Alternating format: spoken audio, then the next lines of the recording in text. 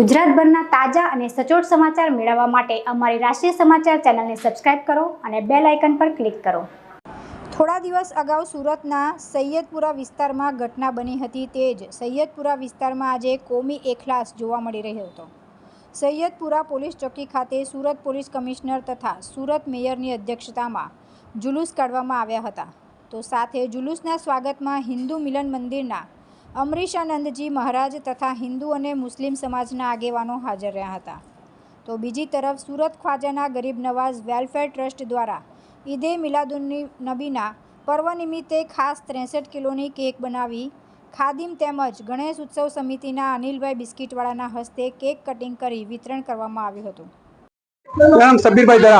आज क्या कार्यक्रम रखा गया था, किस टाइम पे? आज ये हमारा जो गोपीपुरा के अंदर ख्वाजा गरीब नवाज ट्रस्ट का जो हमारा जहाँ पे मेडिकल स्टोर है वो ट्रस्ट की जो ऑफिस है वहाँ पर हमने बहुत सारे प्रोग्राम करे। और खास हमारा ये प्रोग्राम ये था कि हमारे जो विलादत हमारे पैगंबर की विलादत का दिन का जो खुशी का दिन था, जो उस खुशी के अंदर यानी जो हम लोग मिलाद की खुशी जो बोलते हैं उसमें खुशी मनाते, जिससे जुलूस निकलता है, इसके अंदर दूसरे प्रोग्राम होते हैं। तो हमने पहला प्रोग्राम ये करा कि हमने सूरत शहर के कमोबेश 15 हॉस्पिटल के अंदर 1200 फूड पैकेट तकसीम करे मरीजों को। इसके बाद दूसरा हमने प्रोग्राम करा यहाँ जो हमारे अहले बैत होती है, जो जिसको हमको यानी सरकार के यानी आल कहते हैं, उनको 63 किट अनाज की दी ताकि वो लोग भी खुशी में शामिल हो सके। और इसके बाद हमने आज जो जुलूस जो निकलने वाला था वो जुलूस के अंदर जो प्रोग्राम जो था शाम का था, मगर प्रशासन ने जो हमारी इजाजत दी गई थी सुबह की जो 11 से 5 का जो टाइम रखा गया था, जो हम उसका भी तहे दिल से शुक्रिया अदा करते हैं। उन्होंने जो निकालने की जो परमिशन दी उस जुलूस के अंदर हम लोगों ने यहाँ पे लंगर खाने साबिर लिया, मैंने खाने का इंतजाम रखा है लोगों के लिए ताकि लोग खाना खा सके। और इसके बाद 63 किलो का केक बनाया हमारे, जो हमारे नबी की जो उम्र हुई थी 63 साल की हुई थी, उसके लिए 63 किलो केक बनाया। और खास इसके अंदर हमने एक प्रोग्राम बनाया तो उसके अंदर हमने गणेश जो समिति के जो है जो अनिल भाई बिस्किट वाला उनको बुलाया और हमारे जो खालदाना के फैसल बापू उनको बुलाया, उनके हाथों से केक काटा और कौमी एकता का प्रोग्राम हमने यहाँ पे करा और कौमी एकता का हमने यहाँ पे वो करा।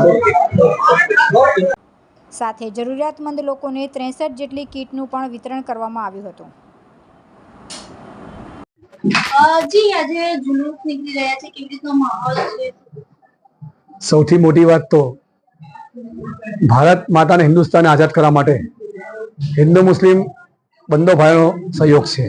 અને વિશેષ યાદ કરીશ અશફાકુલ્લા ખાનને, જેઓ ભારતને આઝાદ કરવા શહીદી ગોળી હતી, ફાંસીને સજા પર ગયા હતા। એટલે આ ભારત માતાને આઝાદ કરવાનું જો શ્રેય હોય તો દરેક ધર્મને છે। અને આજે કોમી એકતાના એક પ્રતિક રૂપે આજે હઝરત મોહમ્મદ પેગમ્બર સાહેબના 1453માં જન્મદિવસ નિમિત્તે અહીંયા મને બોલાવ્યો અને મેં સાથે એમની સાથે એમની ઉજવણીમાં જન્મદિવસ નિમિત્તે ઉજવણી કેકની કટિંગ કર્યું હતું।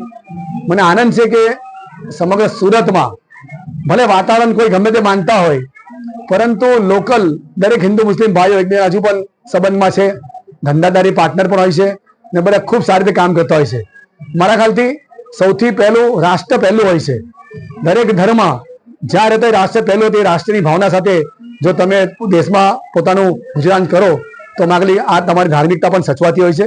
મને વિશ્વાસ છે કે આજે આ લોકો અહીંયા પોતાનું કાર્ય કરે છે, પરંતુ આવતીકાલે ભગવાન ગણેશજી વિસર્જન ત્યારે તેઓ પાણી પરબ પર લગાવીને પોતાની શુભેચ્છા લોકોને આપવાના છે। તો આ એક ભાઈચારો હંમેશા સુરતમાં રહે અને ભાઈચારા લીધે સમગ્ર સુરત ખૂબ વિકાસ પામે એવી બધાને ભગવાનને અને કુદરતને આપણે પ્રાર્થના કરીએ કે આપણે ભવિષ્યમાં સાથે મળીને આ રાષ્ટ્રનું નિર્માણ આગળ કઈ વધે તેનો પ્રયત્ન કરીએ। આભાર। તુલસી શર્મા સાથે રાષ્ટ્રીય સમાચાર સુરત।